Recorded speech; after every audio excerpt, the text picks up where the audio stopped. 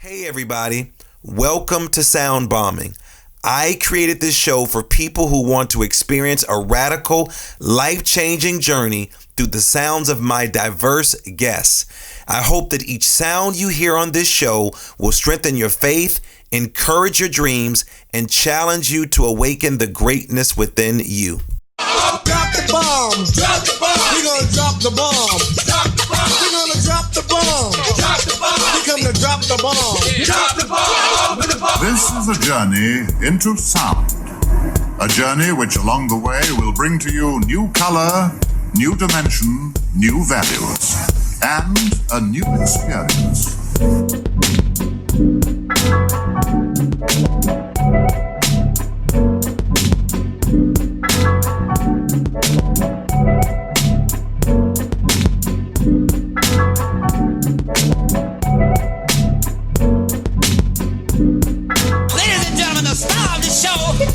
Lamar Darnell Shields.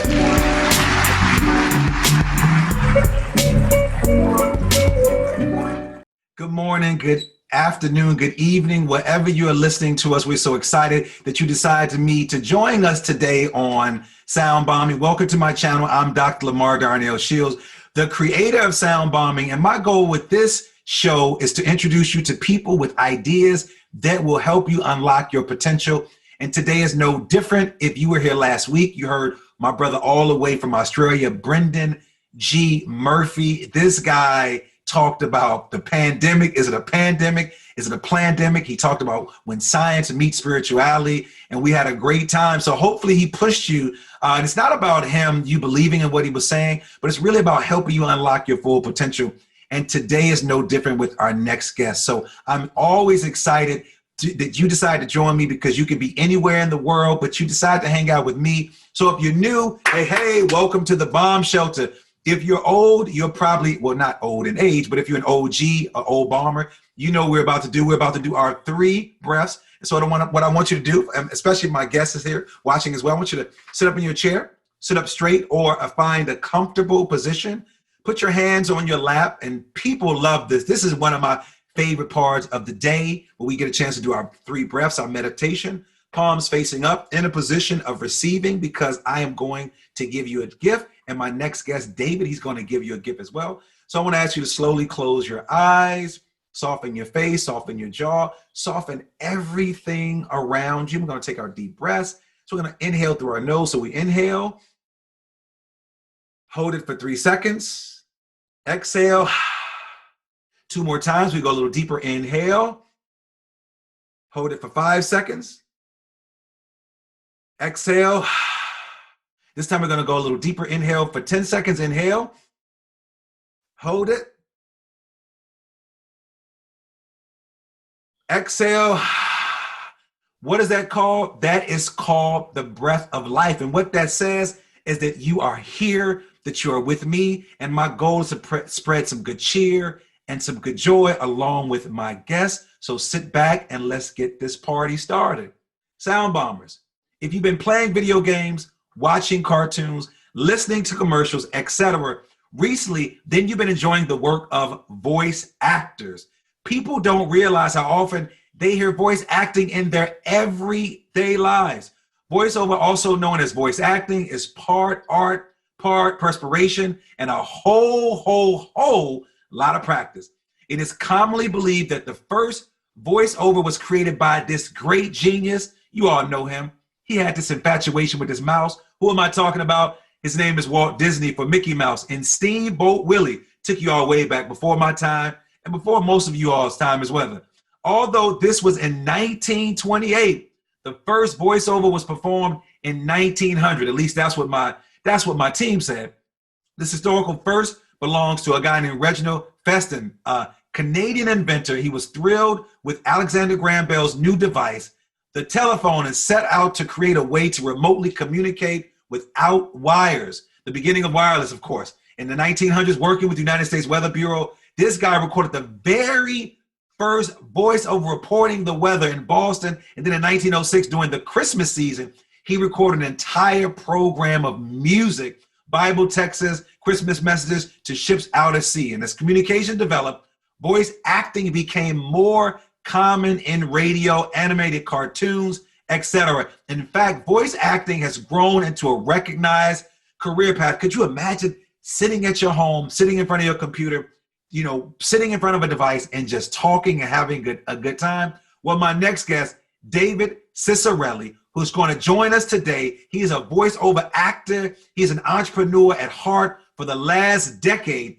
David, with the help of his team, has grown Voices.com from the ground up to become the leader in the voiceover industry. As the chief executive officer, David is responsible for setting the vision, setting the tone, executing the growth strategy. Let me just tell you, this guy has a lot of stuff to do. He is frequently published in outlets such as The Globe and Mail, Forbes, and the Wall Street Journal. Welcome to the show, my man, David Ciccarelli. Welcome to the Bomb Shelter. All right, Lamar, that's an awesome intro. Love the historical context there as well, too. We've come a long way as an industry. That's fantastic. As you all can hear, David has an amazing, amazing voice.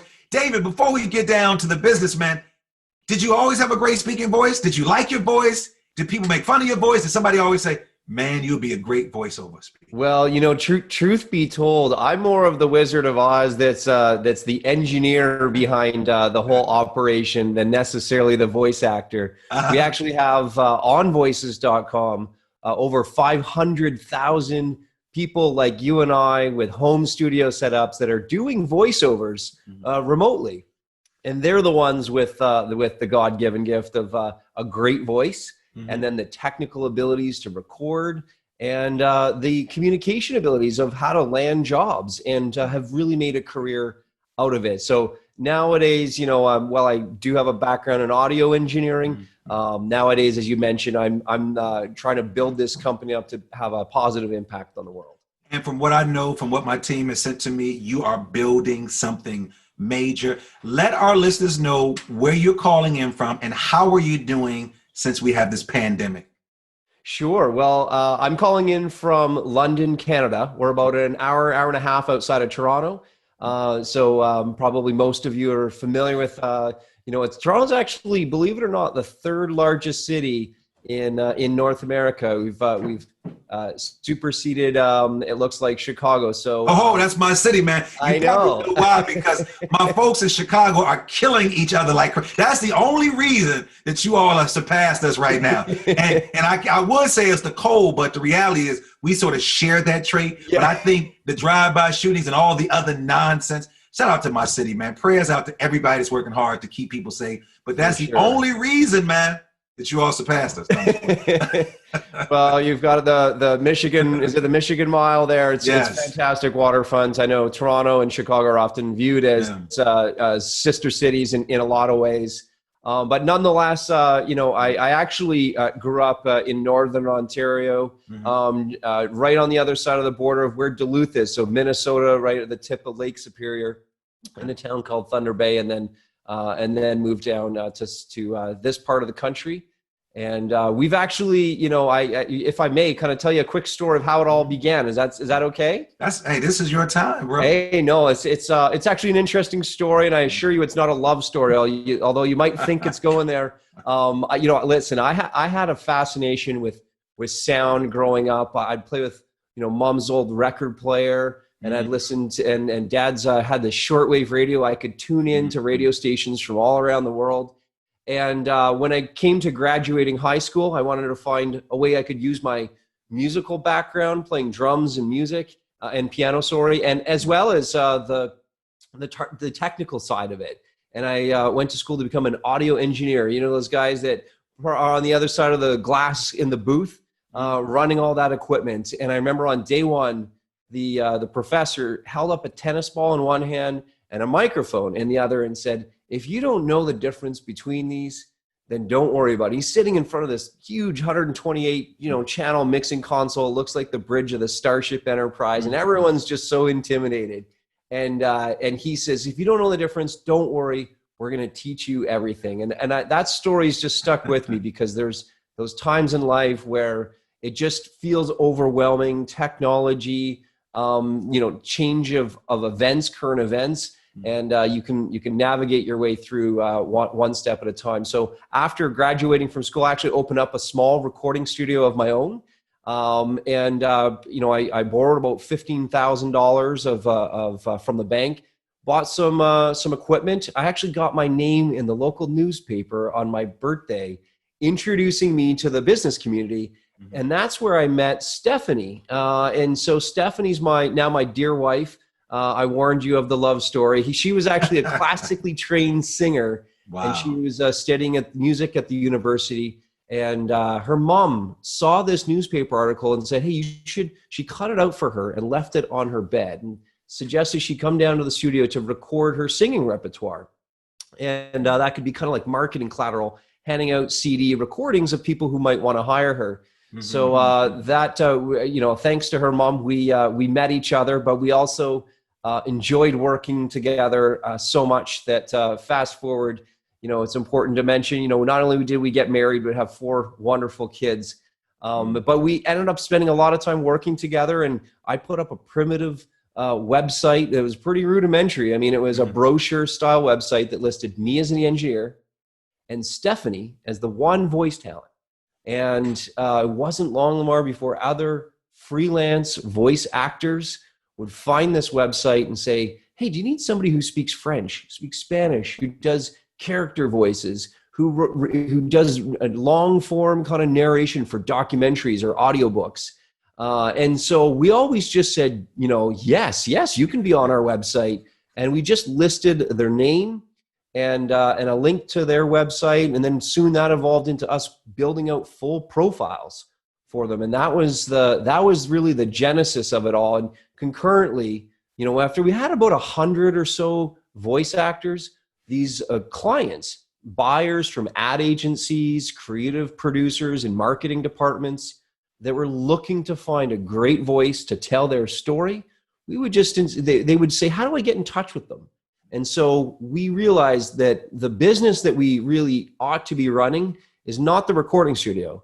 We did what we call in entrepreneurship a pivot, right? You have one idea, you're going in a direction, and you realize if you just slightly kind of tweak that and go into a different direction, can unlock all kinds of future potential. So we got out of the studio business and instead built up this web platform, this marketplace that's now become voices.com, where we're connecting that client who's looking to hire a great voice with that voice talent who has a great voice that's looking for their next gig. Wow. I love that story. And I think stories they're the backbone of business, and they're the backbone of humanity. And what I'm hearing you say as it relates to not only just the business, but the business of voiceovers, what makes these voiceovers so important and so powerful, it's not just the voice. The talent is good, but the story itself has a lot of value. Talk to me about the importance of story when it comes to creating a great voiceover and or building a great brand. Absolutely. Your story has been around, for thousands of years. Mm-hmm. Often, it was passed down generation to generation, even before the written word, or there was the capacity to read and understand. So story is really the narrative of humanity. Mm-hmm. And in which case, that's why whenever somebody says, can I tell you a story? Or let me tell you about a time when, and just ears perk up and people are dialed in. If you ever have to give a presentation or a talk, it's the best way to open it. Some people try to do it with a joke that maybe can fall flat or whatnot, but telling a personal story, watch any TED Talk. That's how they all open up with a story of a situation that someone was brought in. So the key elements of story and this is key for brands as well too. And I'm not talking big Fortune 500 brands, it could be your personal brand, it could be your small business. Is the hardest part is to get out of telling the story from your perspective. What you explain really that. Doing, explain it. Mm-hmm. Yeah, you want to be telling the story from, the hero in the story is not you or your company. The hero in the story is your customer. Okay. And, as lovely as it is that, that Uncle Joe started the business 47 years, your customers want to know, why is it important to them? Now, this matches every story that Hollywood has produced for, call it, the last 100 years. There is a character who's in a situation, and then they come to some confrontation, right? And they got to overcome that situation that they've got themselves in. There's usually some conflict. So how do they get about that? They lean on the expertise of a guide. It could be, it could be the kind of the Yoda character in Hunger Games. It's the same thing where Katniss she's got to overcome the situation. There's always some character that they're leaning on as that guide. And so when it relates to building a brand, the story's not about you and your company. It's about your customer. And as much as you can write the web copy, your email copy, your voiceovers, you're guiding your customer along their journey. And really what you're presenting as a guide is some options and ideally a solution for them to overcome their problem. But that has been an excellent exercise. And to give him credit, it's really founded on Donald Miller has written a book, who would be a great upcoming guest if you could snag him, talking about, and the book's called Story Brand.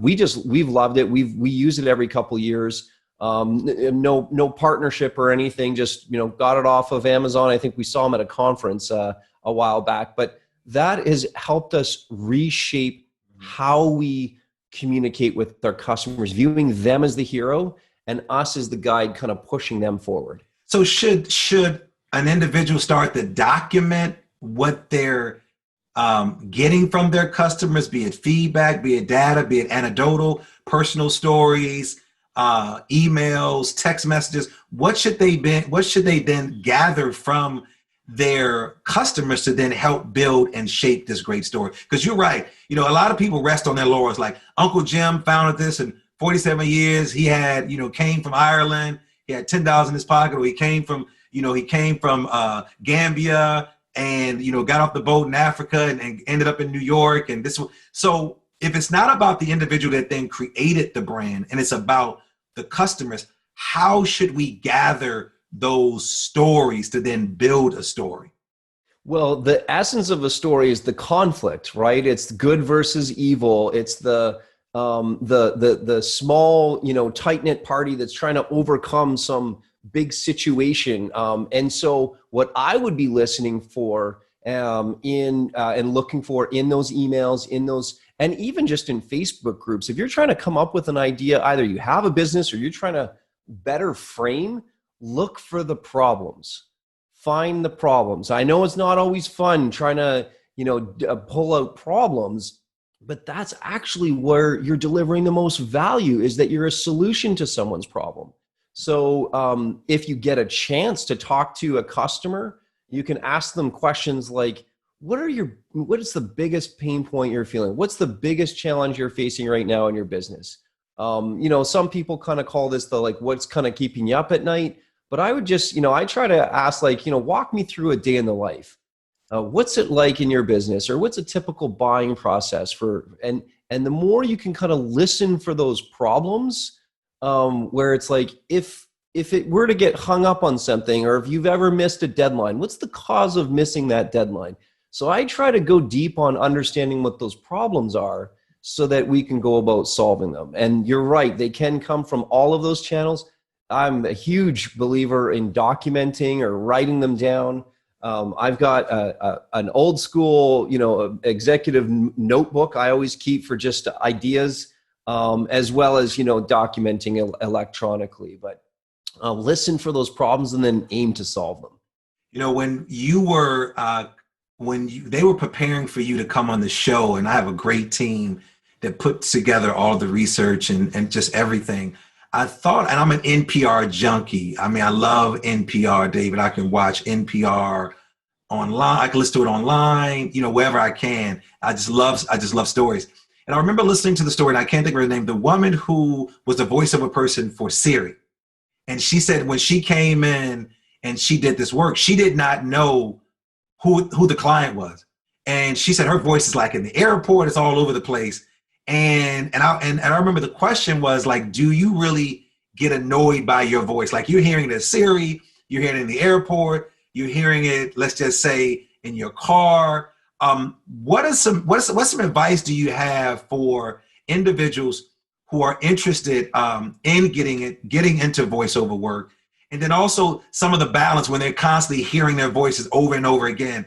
What are some parameters that they should be looking out for so they don't feel like this particular woman who now has been in it for years, which I can think of her name, but she said, after a while it did get to it because she didn't know where her voice was going to be going. Mm-hmm. Well, that would, I would argue, is a good problem to have. If your voice is everywhere, that means you got hired a bunch. You're in demand. Clients want to work with you. So that's a good problem to have.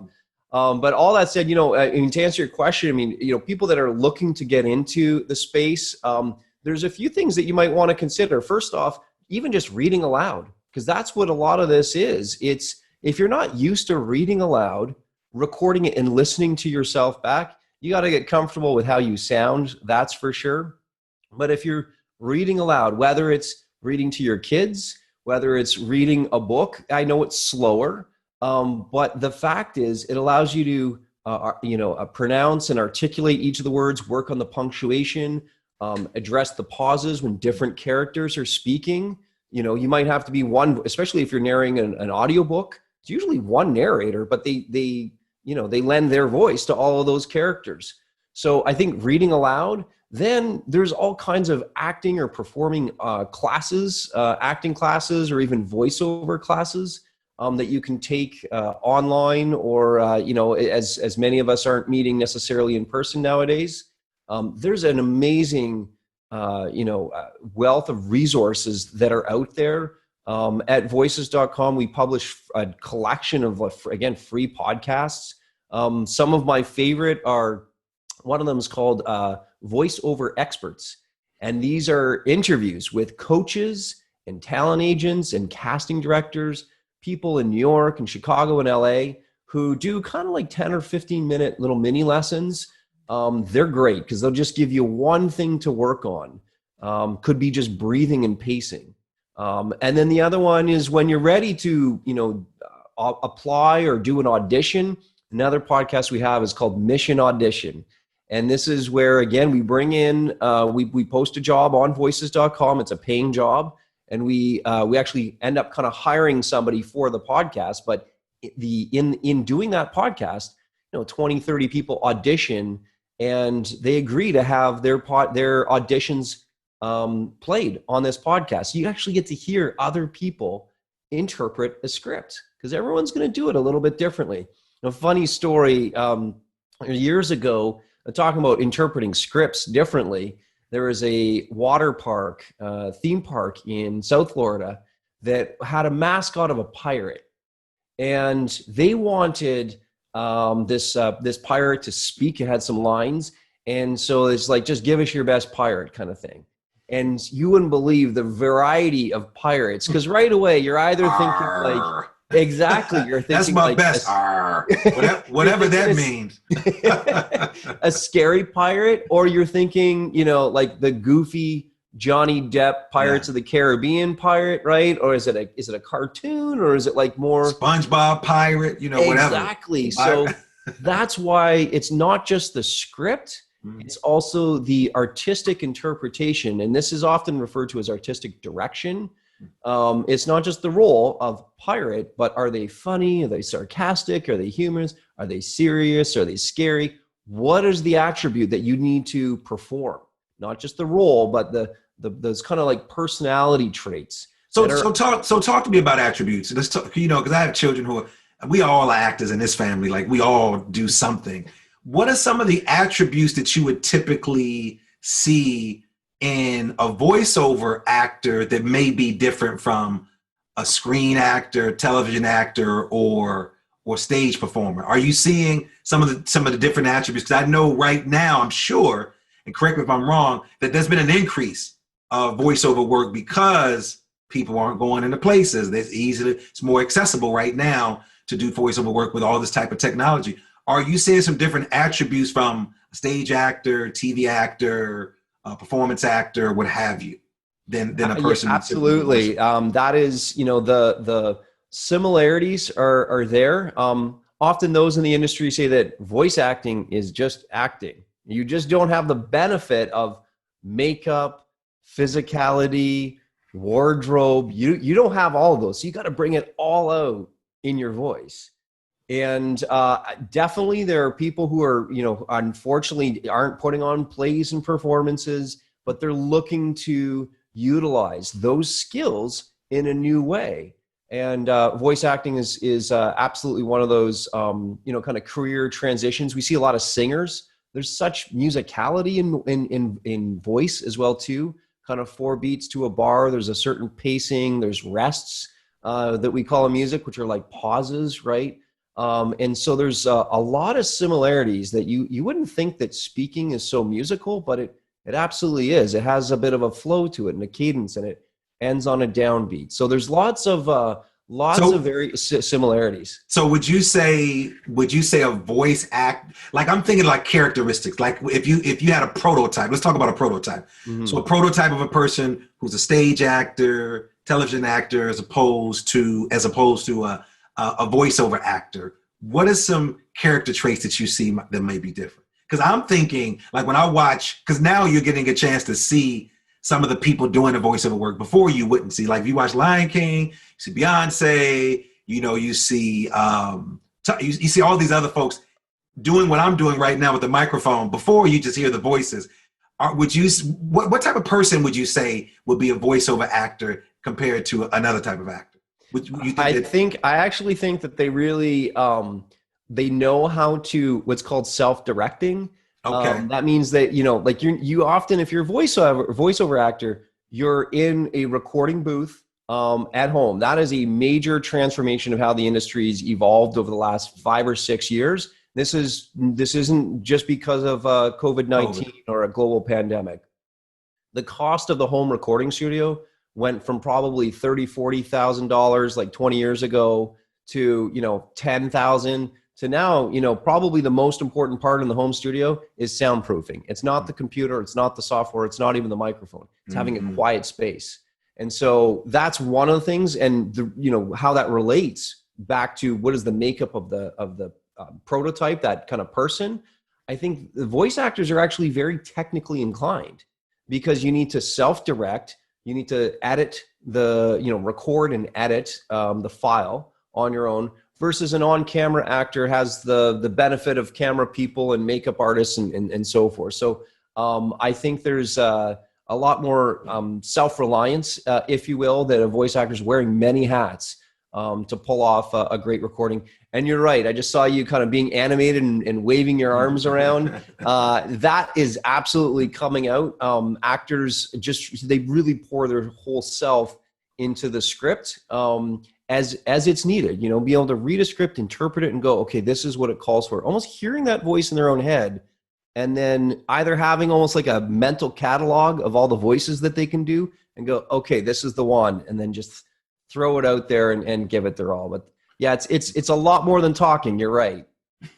So humans versus synthetics then.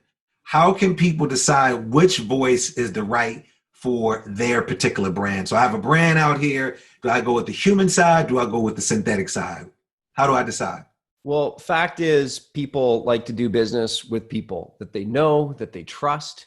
And there's, in which case I'm likely going to buy something or maybe be inspired to action based upon a recording or a commercial or a promotional video that feels, authentically human. So I would say anytime where there is an element of story, where there's information that needs to be relayed, where there's a character, then that's where you're going to want to, in most cases, be working, and I would go as far as saying almost exclusively be working with a human voice actor. Where the synthetic voices are helpful are, I would say, where the content is changing all of the time. Now think of news alerts, or maybe in an airport or a transit system. The content's just changing all of the time. You don't really have the benefit of going and rewriting a script, handing it off to a voice actor, getting those files back. So if the content is changing and the content is very, very short, So turn-by-turn directions in for a GPS or some navigation system. So I think those are the two factors where it just would be impossible to have that one person constantly recording new street names, or kind of changing directions. That just can't be pre-recorded. It's often produced on the fly, with this synthetic voice engine that just knows how to stitch those words together. So it's a pretty limited use case. And the reason why I think it's important to discuss is, just like animated characters didn't displace live actors, just like, a Word document editor doesn't displace writers. These are tools that augment and enhance. I don't see, and we've worked with experts at MIT who've been researching this for 10 years, and they don't think that that the synthetic voice is going to displace the natural abilities of a professional voice actor, really even within the next 10 years. Our ears are so sensitive to know if something's real or not, and we want to be working with things that are real. We want to be inspired by something that's real. And so I think there's a great future for all those voice actors out there. So how would you say the pandemic has affected voice acting? It's actually, and it's been very favorable in the sense that it has transformed an industry that has, let's call it 5 years of transformation in 5 months. The traditional way of hiring a voice actor was, an agency, an advertising agency would be hired by a big corporate client or a producer, and they would call talent agencies and book a recording studio where actors would go into the studio, file in one after another. And they would hire somebody called the casting director, the person with the golden ears who sits up in that high chair and listens. And so all of that would often take days, if not weeks, cost thousands and thousands of dollars in the end, just to be able to find the one talent that they want to work with on that project. All of that we've been able to, call it, digitize on voices.com as our platform. So a client can post a job and get people auditioning online. So despite us being around for, call it, 10 years, adoption has been there, but it's been slowly but surely, we've been growing. What we've found is in the last 5-6 months is that a lot of corporate clients that either needed to very quickly change their messaging because they're now the messaging, and I'm sure we all remember it, that we're here with you in these difficult times. A lot of the scripts all I got so tired of those script letters, emails, Pony Express, FedEx, like everybody. It was like whoever is writing this, they get paid because it's the same message from everybody. Can we at least be creative, add some music to it or something else?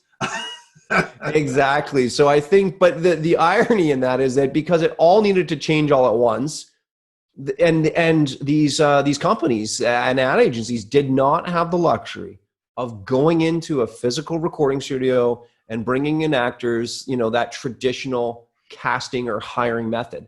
They almost by requirement did what many of us were doing, Googling the online equivalent, right? How do I order groceries? How do I order some clothes? In their case, how do I hire a voice talent to record my brand message? And so they did that in droves. We had a real surge in activity, and that's actually continued.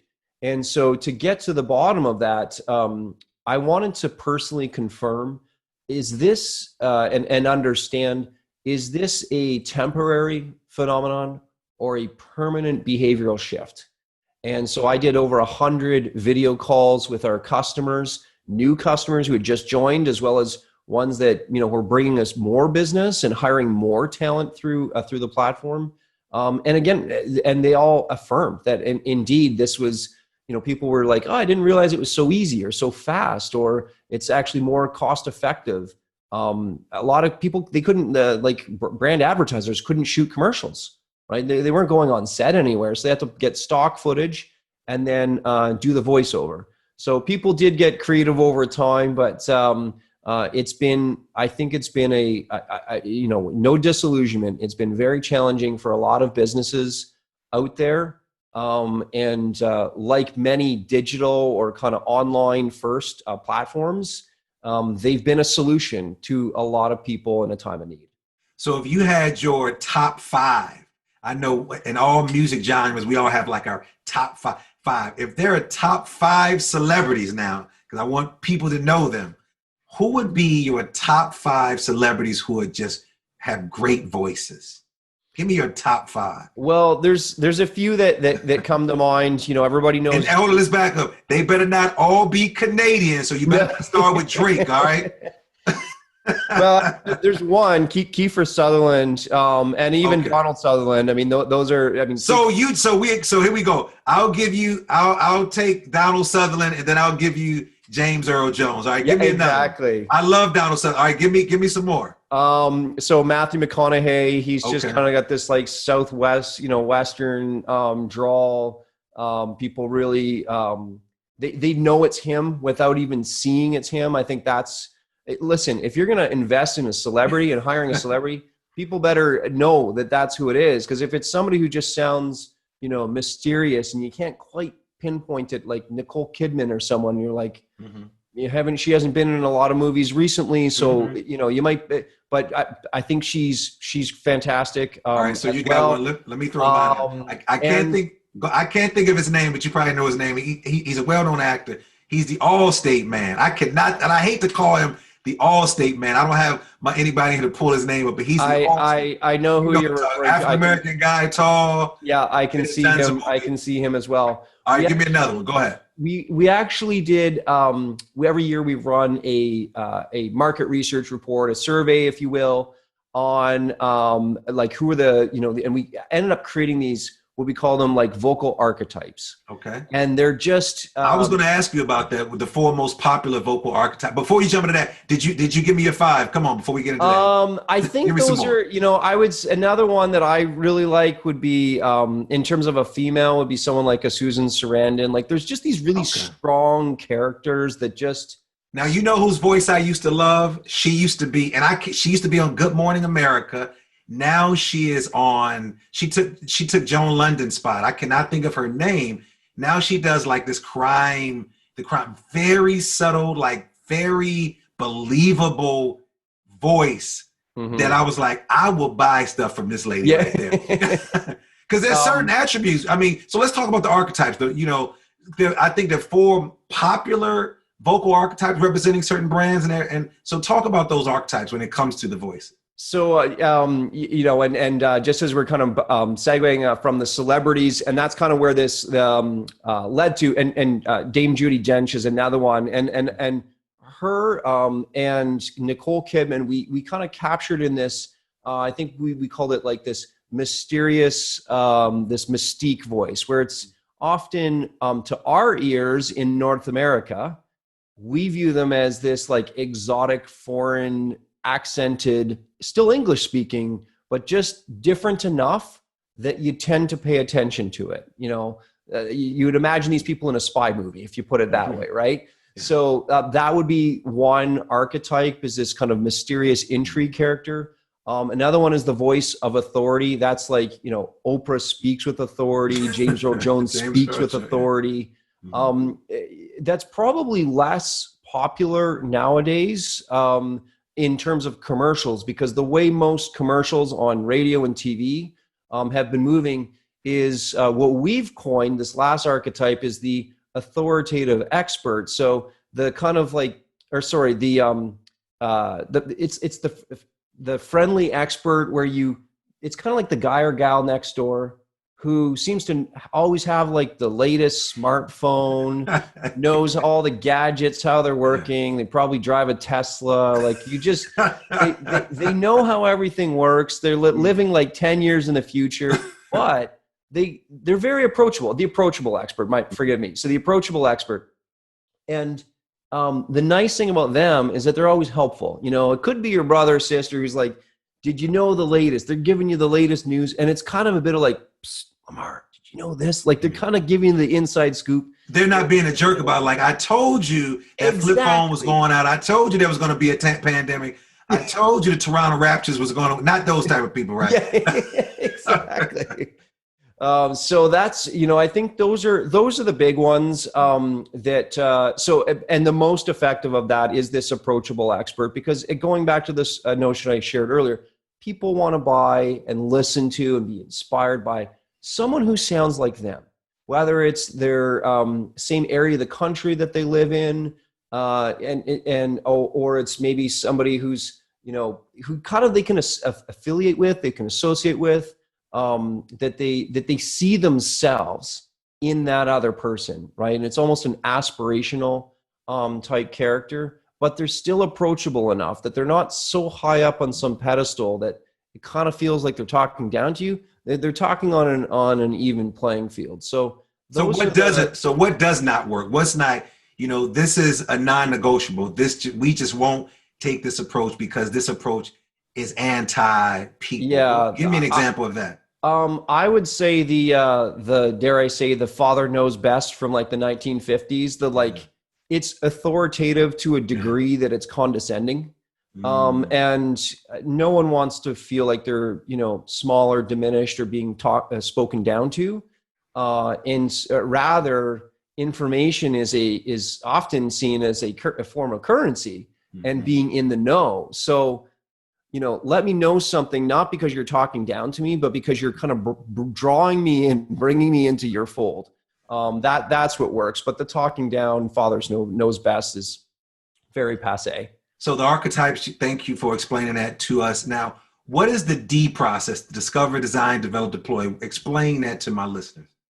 So I love that we're bouncing around here. This is a real mental test for me here. But the D process relates to building really anything, and often it's building a software. It could be building a product. It could be thinking about a new service you want to offer for those entrepreneurs out there.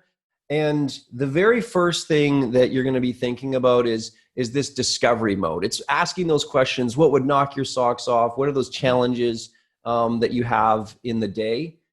Then you're going to be thinking about, okay, once I've done a discovery of lay of the land, taking in all the possibilities, you're probably going to want to assemble those into some type of preliminary solution that you're actually going to design, right? It could be a service design. It could be a floor layout in your store, your shop. It could be a website or an app that you're building. You're going to want to design something. Once you kind of can share that and show that back to a few people, get feedback. That's so critical, is getting feedback from folks. Then you actually develop it.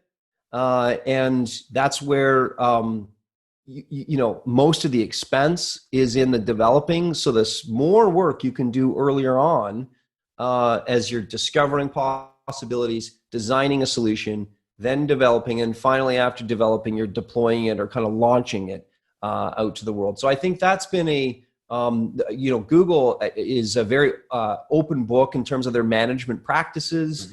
I believe it's actually called Google at Work. You can Google that and find out how they run their own business. But that is how we develop and launch new products and services at voices.com. And something I thought those folks that are thinking about entrepreneurship would find value in. So I want to get into the voiceover business. I'm new to this. I'm not an actor. I've never been on stage before. I love reading aloud. And I want to just share with you, because you talked about reading aloud. There's a body of research that just came out about mindfulness and meditation, that reading aloud is a form of meditation. So I want to encourage you all to just, for those that are afraid of meditation, don't want to approach it, or, concerned about it. I don't know why you would be, for whatever reason. Reading aloud, one of the things that David suggested, is a form of meditation. So David, I'm interested. I've heard everything that you said. I love your business model. I love how you sort of broke down the archetypes. I love how you also broke down the 3Ds: discover, develop, design, and deploy. Now I'm very interested in getting into the voiceover business. Walk me through. This is brand new to me. I'm attracted to voices. I love the voices. I love sounds. I love listening to people's stuff. Now I want to get into it. What should be the steps that I actually take? Well, it's, kind of the practical steps and what you're going to need is what's called a demo. And so at some point after you've read aloud, you've taken some coaching lessons, it's going to lead and culminate to this event of the demo creation. And a demo is, think of it like a highlight reel, right? It's 30 seconds or maybe 60 seconds of various spots. So Hilton Hotels, American Airlines, Coca-Cola, and Doritos, chips. So it's like boom, boom, boom, boom, boom. And that demo is a demonstration of your vocal versatility. So you'll have one demo for all the commercials. You'll have another demo for business or industrial type recordings like phone systems and corporate training. It's a little softer, a little less kind of salesy, more informational. And then the third one would be those character voices. Maybe you're really into video games or want to do that type of work for cartoons or animation. Those are the three big categories: commercial demo, a character demo, and some type of business or corporate demo. And getting those done is often referred to as almost like your calling card. Someone's like, oh, I heard you do voiceover work. Let me hear what you sound like. You want to be able to either send an MP3 file or point them where you have a website, something or a page on something like voices.com where you can upload and list those. That's key for people being able to evaluate you. It's kind of like your resume or how you fill out a LinkedIn profile. So that's what your profile is on Voices. It's just an audio-based profile. What are some misconceptions of voiceover work from a perspective as a person who wants to get into the business and as a person who may want to hire a voiceover company like you to help me with my branding? What are some of the misconceptions that you want to sort of clear up right now? I think one of them for new talent and aspiring talent evaluating the business is that it's believed that it's just talking, right? Just talking into a microphone, that it's pretty easy. There's a lot of auditions that go into, you might have to do 20, 30, 40, even 100 auditions before you land one of those jobs. And one of the best pieces of advice from a prominent actor in Los Angeles said, if you view auditioning as the work, then you'll never, sweat that. You almost break it down, like view auditioning as the work. And when you actually get hired, like that's just the gravy. That's just the exciting part, right? So I think there's a misconception that it's easy money to be made. It's a lot of hard work, and you do need, the abilities, as I mentioned off the top, that that great voice, that gift of a great voice. You need those technical abilities, and then you need that determination and that marketing ability of I got to keep auditioning and putting my voice out there. So that would be one. And then on the flip side, likewise, sometimes some clients, if they're a small business, they just need a quick recording for their phone system. They're like, well, it only took you a minute, so maybe that's like $5. They devalue the effort in the craft, where there's a reason they're not doing it themselves. They're looking to rely on a professional. So I think my effort is just to elevate the craft, that both the talent view it as a career path, and the clients in turn likewise honor and respect that they're willing to pay a reasonable rate for work that's done. When you said telephone messages, I was over here just laughing because I remember when I left the classroom and I worked for this nonprofit called Community Impact, and I had this director position, and I wanted to be really cool and everything, and I found a company that would do my phone messages, and my buddy, oh man, he rolled me when he heard this message, like, hi, you've reached the desk of Lamar, darn it.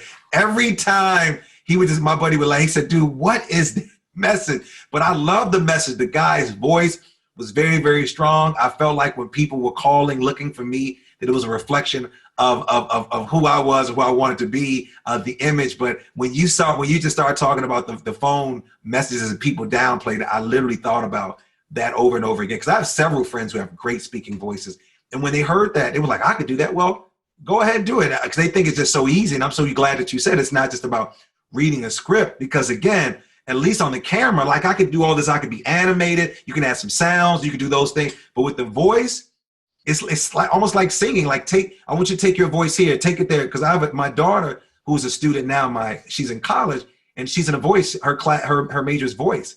And so the things that she's able to do with her voice, like if you listen to Mariah Carey or Whitney Houston in their early days, they haven't not been able to do it now, age, but then also just not taking care of their voice. So David, how can our listeners get in contact with you if they want to hire you or to help them build their brand, or if they want to get into the voiceover field? Well, I think the best and easiest way to do that is just to get started for free. That's signing up on voices.com. Put your name and email address in there, and then you, in effect, have an account on voices.com. So if you're what we would call a guest member, a voice talent who's starting, that guest membership is free forever. And there's all kinds of resources that would be accessible to you. I mentioned the podcasts. There's videos that have been viewed over 1 million times on YouTube on that whole channel. Lots of great kind of how-to type articles. And then if you're a business owner or maybe somebody who works in a marketing or a creative department or capacity, then likewise, you can sign up for free on voices.com. And when you have a project, just go ahead and post a job. It's free to do. And what we do is we invite those talent based upon your needs, and we invite them to audition for you. So you actually get to hear them read and breathe your script to life. They all provide quotes of how much they're willing to do the work for, and you can hire them right off of the website. So you can get pretty far down the line by signing up for free at voices.com, and we'd be honored to help you. So David, what impact do you want to have on the world? Hey, listen, there's, it's actually kind of part of our mission is to create content. And I'm going to say, use the human voice that can inspire and entertain audiences all around the world. And I think the human voice is distinct. It's unique in its capacity to communicate. And so we want to put positive messages out in the world. It's why we actually have content guidelines, where we say we have this E for everyone concept, where if a client posts a job, we want it to be a positive, uplifting message. And so we hope that we can put more good content in the world that's like that, and likewise provide those opportunities to aspiring and professional voice actors. So there's no excuse right now, voiceover folks, people who are interested in getting involved in voiceover work, but then also looking for a new way to get their message out there.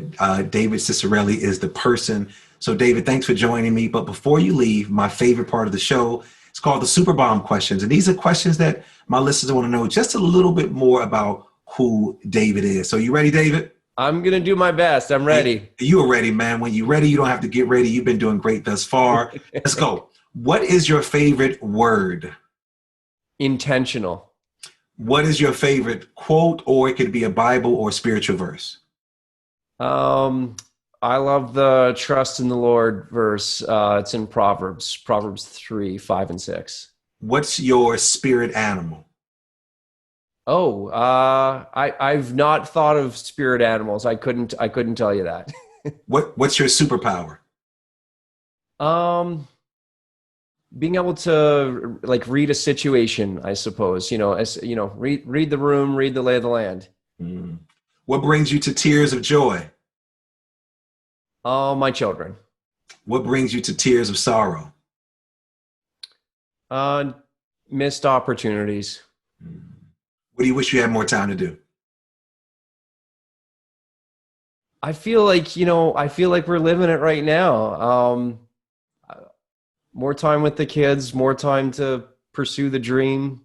I'm sure many people that you've spoken with, Lamar, have found that, that there's beauty in the mundane of being at home during a pandemic. And I've certainly had these moments where I've just looked in the backyard or the kids from afar, or just appreciated the world differently. So maybe more time to appreciate my surroundings. Love that. What is the book or books you've given most as a gift, and why? Oh, goodness. I've given most as a gift. Probably Napoleon Hill's Think and Grow Rich is one. It's like a classic from, I think, the 1940s. Great book. Great book. Still the message is very, very simple and plain, and courageous conversations throughout that book. If you were in the Mr. Canadian talent competition, Mr. Canada, what would your talent be? I would say something like playing piano, but I feel like I haven't. That was the last talent competition I was in. So you might not get booed off the stage, or you might get booed. David Ciccarelli, thanks you for joining me all the way from Canada. I told you all this guy was going to be amazing. I encourage you to check out his website. It is free for you to get started, so please take advantage of it. David, thanks for joining me today. Hey, my pleasure. Thanks for having me. I also want to thank my amazing engineer, my Haitian brother, Alexander Blanc, my super duper producer. Cannot do it without you. My girl, Nicole Klempaka, Supremacy for our theme music, and all of you for listening. Thanks for tuning in. If you want to know more about me, go to drlds.com. You can buy merchandise. Make sure you subscribe, leave a comment. Check out our new YouTube channel. Check us out on YouTube. We have some great videos there for you. And as always, believe something wonderful is about to happen. And some people miss the message because they're too busy looking for the mess. Thanks for tuning in, and do something for someone other than yourself. Today, you've been listening to Sound Bombing. Peace. Thank you. Take care.